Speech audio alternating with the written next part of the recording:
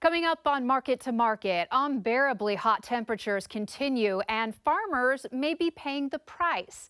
Monetizing the soil through carbon sequestration, plus the hay market scrambles to stabilize as key growing areas struggle. And market analysis with Matthew Bennett next. What's next doesn't happen by chance.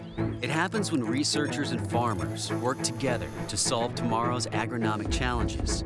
We're committed to creating what's next. Because at Pioneer, our name is our mission. Sukup Manufacturing, celebrating 60 years of innovation as a family-owned and operated manufacturer of grain storage, drying, and handling equipment out of Sheffield, Iowa. Learn more at sukup.com. Tomorrow. For over 100 years, we've worked to help our customers be ready for tomorrow. Trust in tomorrow. Information is available from a Grinnell Mutual agent today. This is the Friday, July 28th edition of Market to Market, the weekly journal of rural America. Hello, I'm Brooke Colesdorf. Paul Yeager is away this week. With inflation rising at an annual rate of 3%, the Fed pumped the economic brakes again to avoid a recession. For the 11th time in 17 months, the Fed raised the prime lending rate. At 5.3%, the highest in nearly 2 decades, there is no word if this is the last one for a while. The increase comes as the Personal Consumption Expenditures Index, the Fed's preferred measure of inflation, rose 0.2% in June, hitting an annual rate of 3%.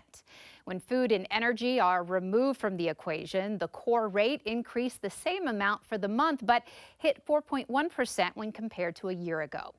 The Fed is pressing for a 2% annual increase to inflation. A new study out of the Imperial College in London places the cause of the current heat dome across the country directly on climate change. The authors say rising temperatures match a simultaneous increase in the release of greenhouse gases and say this could be the new normal. Over the next 5 to 7 days, much of the West and the Southern Plains will be dry, while the Midwest will continue to suffer in the heat. David Miller has more. Official temperatures from around the globe are showing that July is set to be the hottest month on record for the entire planet. As much of Europe and nearly half of the United States are enduring unprecedented high temperatures, the White House stepped forward this week with a heat hazard alert. I don't think anybody can deny the impact of climate change anymore. There used to be a lot of time when I first got here, a lot of people said, oh, it's not a problem. Well, I don't know anybody, I shouldn't say that. I don't know anybody who honestly believes climate change is not a serious problem.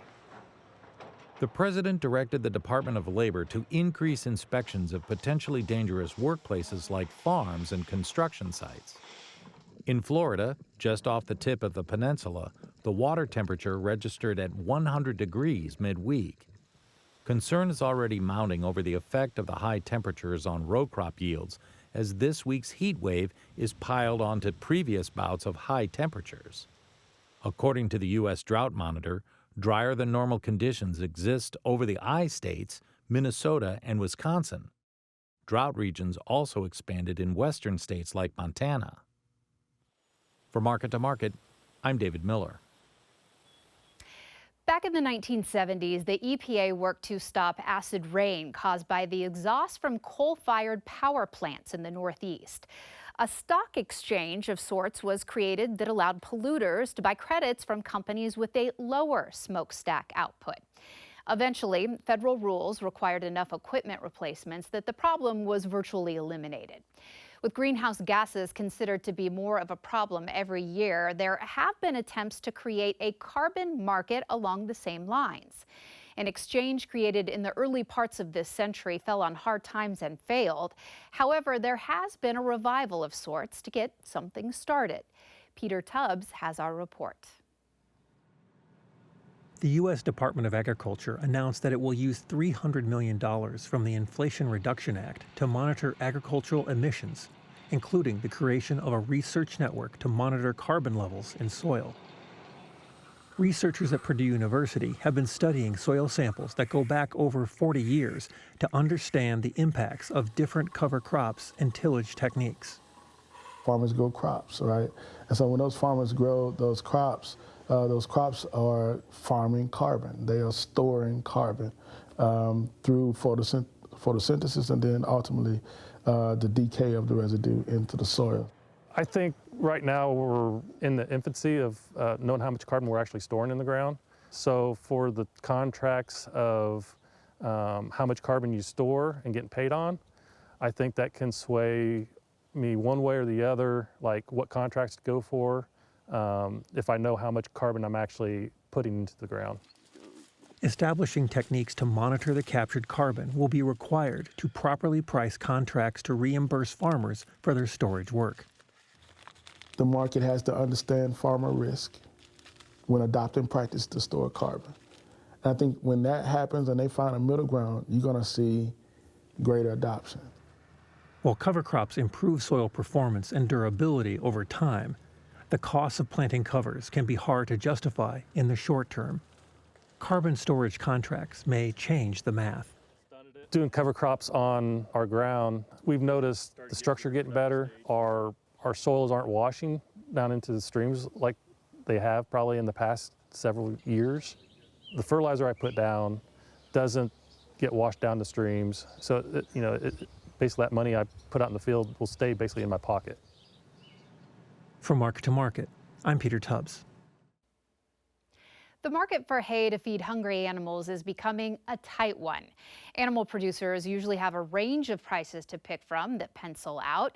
As farmers and ranchers plan for the rest of the season, they are facing choices on a list full of mostly high prices. Colleen Bradford-Krantz has more in our cover story.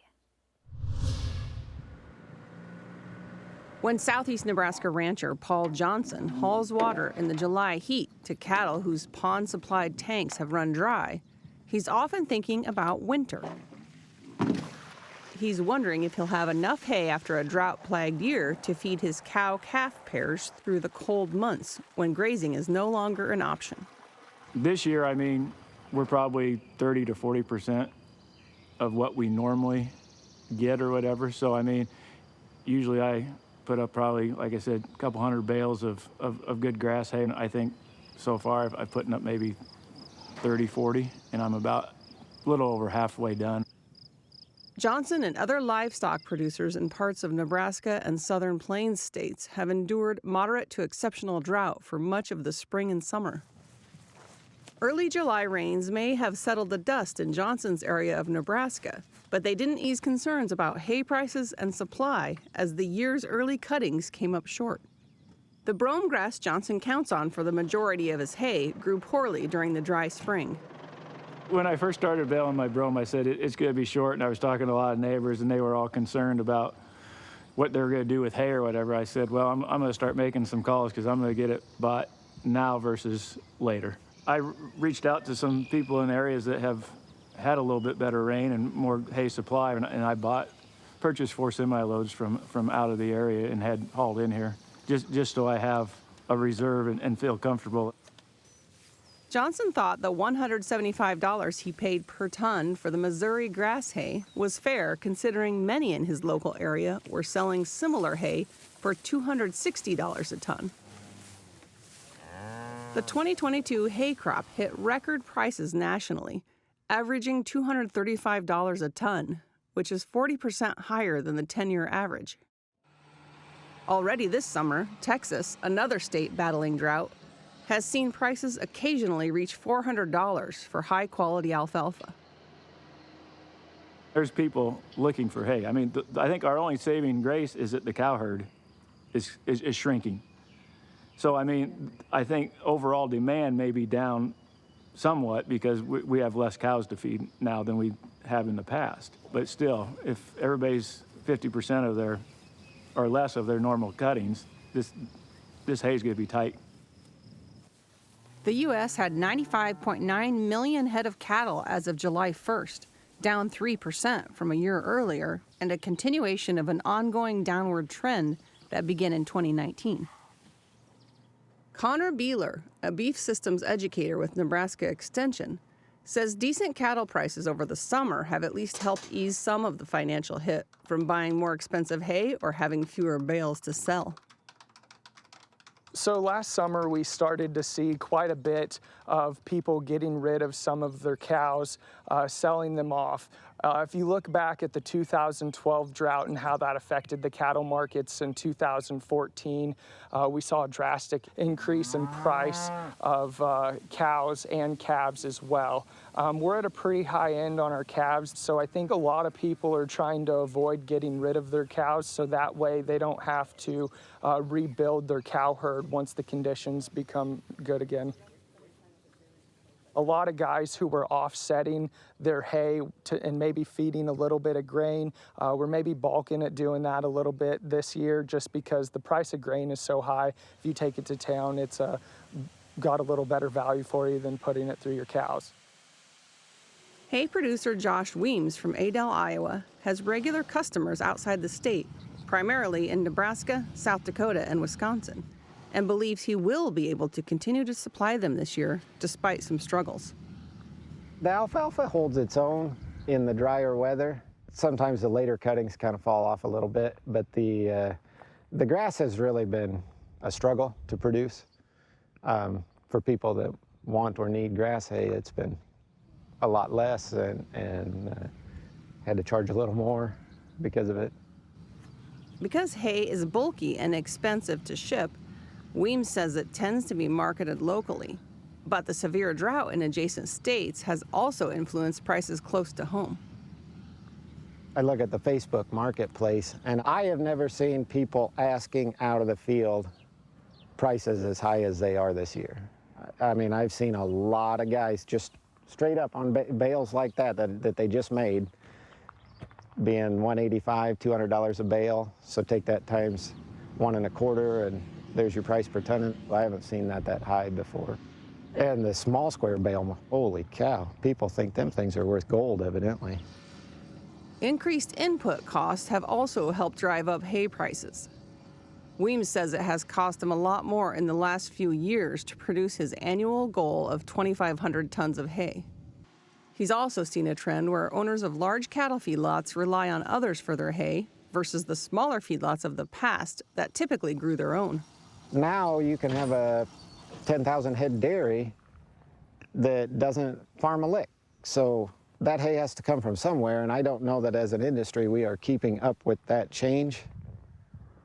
Having completed a second cutting of hay, Weems, who also raises cattle, won't breathe a sigh of relief until he finishes his third and possibly fourth cuttings. I think the entire Midwest is on a knife's edge as far as water. I mean, I look at the drought map, everybody can see the drought map, like everybody is like right there. You know, I had a guy tell me once that there's always hay for sale. You just might not be able to afford it. For Market to Market, I'm Colleen Bradford Krantz. Next, the Market to Market report. It was a volatile week in the commodity markets as a heat dome covered the U.S. and Russia increased its attacks on port cities along the Black Sea. For the week, the nearby wheat contract moved 7 cents higher, while September corn fell 6 cents. After being up midweek, the soybean complex had a bearish key reversal. The September soybean contract ended up 4 cents higher, and September meal added $7.30 per ton. December cotton dropped 22 cents per hundredweight. Over in the dairy parlor, the September Class 3 milk futures gained 2 cents. The livestock market was mixed. October cattle cut $2.30, September feeders lost 30 cents, and the October lean hog contract put on 78 cents. In the currency markets, the U.S. dollar index rose 58 ticks. September crude oil gained $3.28 per barrel. COMEX gold lost $6.20 per ounce, and the Goldman Sachs Commodity Index climbed nearly 18 points to settle at 588.90. And joining us now is market analyst Matthew Bennett. Hi, Matthew. How are you doing? Doing well. Good to have you on the show. Yep. So there was some economic news this week. The Fed raising interest, the key interest rate, which was pretty expected for them to do. It's going to cost farmers a lot more, farmers who borrow money to put a crop in and to harvest. How bad is that for them? You know, a lot of the folks that have money borrowed on land is at very cheap rates that was locked in the last couple, 3 years, you know, maybe 3 and 4%. But the problem is that we spend so much to put a crop out these days. It's very well documented that the, 2023 crop was, for a lot of folks, the most expensive crop they ever put in the ground. So you're talking, anywhere from $1,000, maybe $1,100 per acre. And so this next year, folks going for operating notes are going to be borrowing probably at 8 and 9%, I would imagine. And the unfortunate reality is a couple of years ago they were borrowing at 4.5%. So it's definitely going to be an additional expense they're going to have to be very mindful of, and moving forward it's just something that they're going to have to learn to deal with. Yeah, that little bit is a lot for farmers.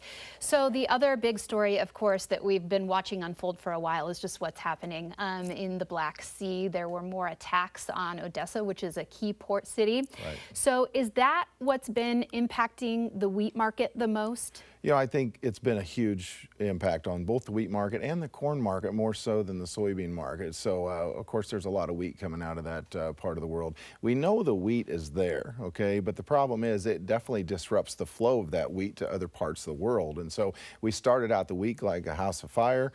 Corn was strong, wheat was strong. But as the week went on, a lot of this just kind of subsided, and it seemed like the trade was less concerned with it as the week went on. I think everyone knows that supplies there. It will find a home at some point. It's just a matter of it being disrupted for the time being. Is wheat overpriced, and do prices need to come down in order for our exports to go up? It sure appears that way. We're not competitive with Russian wheat. Now, who wants to deal with Russia right now? That's a big question, I mean, not everyone just wants to rush into that situation. There's a lot of dynamics at play here. But by all means, we are expensive for the time being. I've got to think wheat, probably the path of least resistance is lower. Now, with that being said, if we come in on Sunday night and there's bombs flying again, it's pretty tough to outguess what's going to happen in that situation. The trade gets understandably a little bit nervous when that occurs. But for right now, I certainly would feel that way, that we're a little bit overpriced. Okay, so corn, that drought monitor that we saw earlier in the show, it's bad in a lot of the corn growing states, and it hasn't let up. The weather hasn't let up this past week. So is that the thing most impacting corn right now? The thing is, again, at the start of the week, so for instance on Monday, December corn traded 32 cents higher. November beans traded 22 cents higher. So I've got to think it wasn't drought, because the corn is farther along in the production cycle than what soybeans are. A lot of the corn in the I-states pollinated in pretty decent fashion. I know it's not just about the I-states. I just know a lot of the producers that we've talked to said pollination actually went okay. We had a pretty big weather pattern shift at the start of July with a lot of rain. We went into that dry. The thing is that a lot of times when you get that weather change around the 4th of July, it stays wet or dry, whatever the change is. And this year's been very strange in that we were super dry, got wet, got dry again. And so you look at the drought monitor and you've got to ask yourself, what can corn do here from a yield perspective whenever you're this dry across the Corn Belt? And so, of course, we talked to a lot of growers. I've been out in my own fields. I feel like the timing of the rain was really good. The genetics are really good, and I think that you could still have some good corn. With that being said, I still think the USDA is too high as far as their yield's concerned. But the bottom line is that's not the only thing impacting the corn market, which is what your question was. It's still some of this Black Sea region, or you'd have started out the week stronger on soybeans than what you did on corn if we were just looking at weather. All right, let's go to social media for our next question about corn. So this is... the gentleman is asking, are corn exports really that bad that drought in a widespread area isn't really affecting the markets? And I personally don't believe there's as much old corn crop in farmers' hands that the government is trying to tell us. Interesting question. And so, whenever you looked at the quarterly stocks report in June, we had quite a bit less corn, I talk 150 million bushels or so, than what the trade was really expecting. And so you've got to ask yourself, usage hasn't been what we all would hope it was. Exports have been very poor. We know that compared to last year. And so what was going on there is that most likely last year's crop wasn't as big as what the USDA had indicated. And so, you know, the question is a fair question. But at the same time, you know, I think that there's still some corn out there. You're seeing some originators that have chased corn around a little bit. They're talking ethanol margins have been fairly good. We've seen really good ethanol grind over the last 3 or 4 weeks.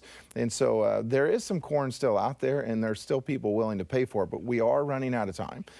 You've already got harvest in parts of the country, you know, down in Texas. It's going to creep to the north. In earnest, it's not going to really start for probably another 3 to 4 weeks. We know that, but it's here. It's getting very close, and so we're running out of time. Okay, with soybeans, we've seen some up and down this week.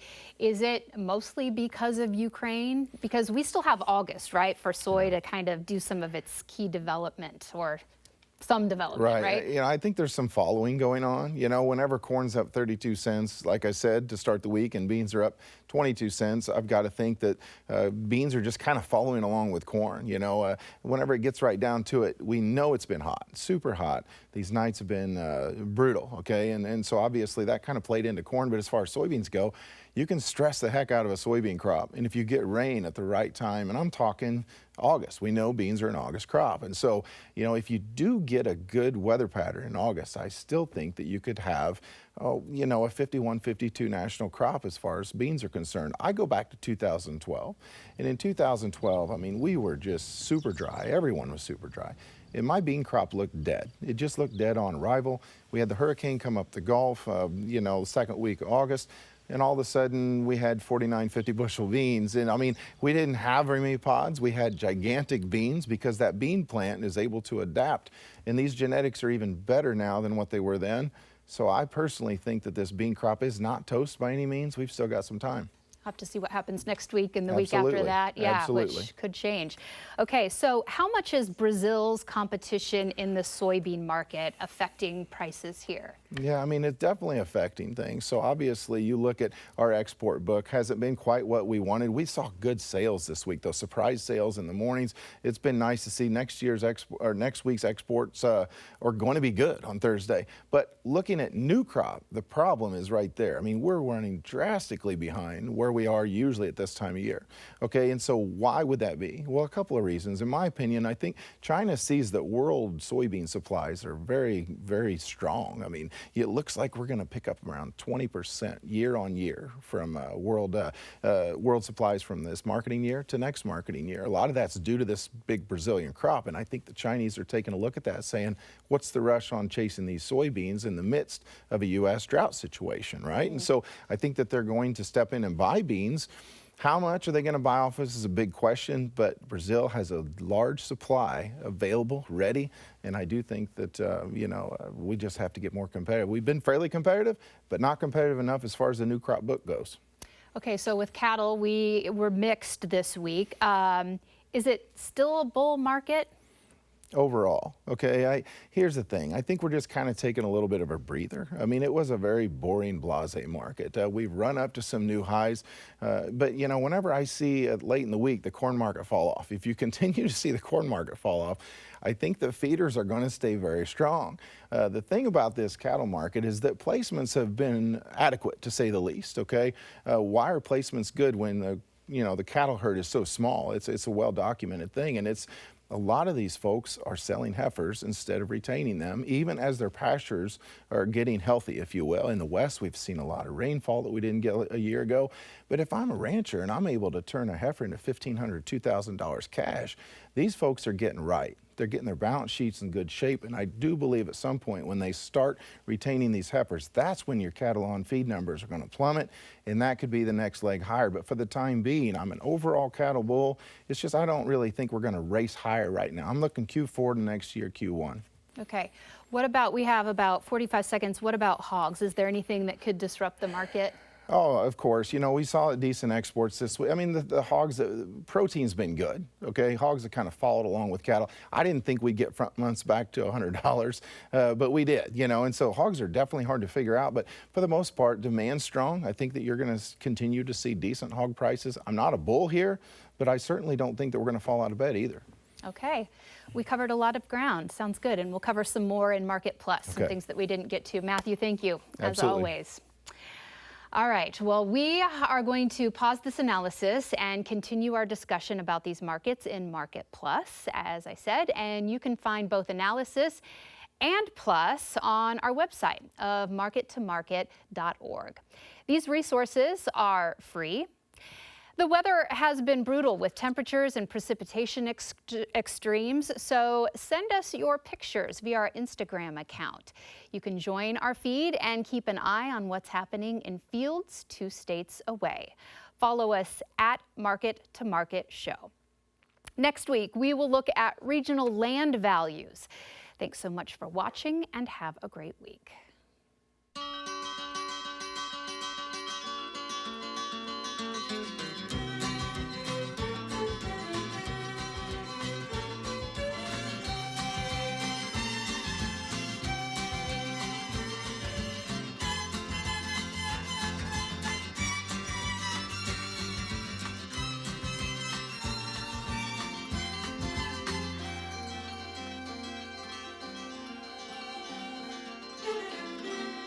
Market to Market is a production of Iowa PBS, which is solely responsible for its content.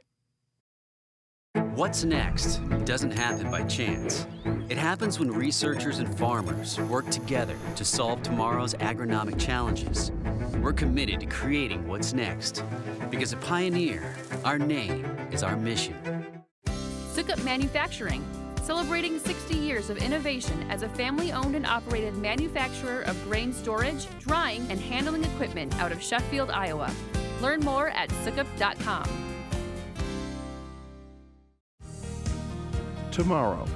For over 100 years, we've worked to help our customers be ready for tomorrow. Trust in tomorrow. Information is available from a Grinnell Mutual agent today.